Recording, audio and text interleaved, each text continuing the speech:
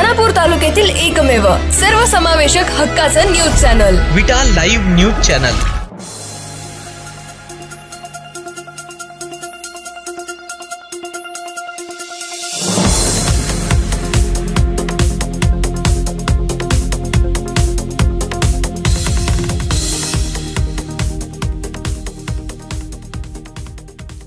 विट्यात गादी कारखान्याला भीषण आग।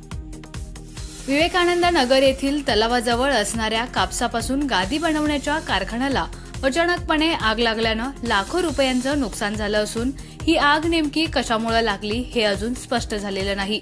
विटा आणि तासगाव नगरपालिकेच्या अग्निशमक दलाच्या पथकानं आग आटोक्यात आणण्याचा प्रयत्न सुरू आहे। घटनास्थळी बघ्यांनी मोठी गर्दी केली होती। या भीषण आगीत कोणतीही जीवितहानी झाली नाही, मात्र लाखो रुपयांचं नुकसान झालंय। आग आटोक्यात आणण्याचं काम विटा तासगाव अग्निशमक दलाचे पथक करत होते, मात्र वाऱ्याच्या प्रवाहामुळे आगीने क्षणार्धात रौद्र रूप धारण केलं होतं। या भीषण आगीत कारखान्यातील साहित्य जळून खाक झालं आहे।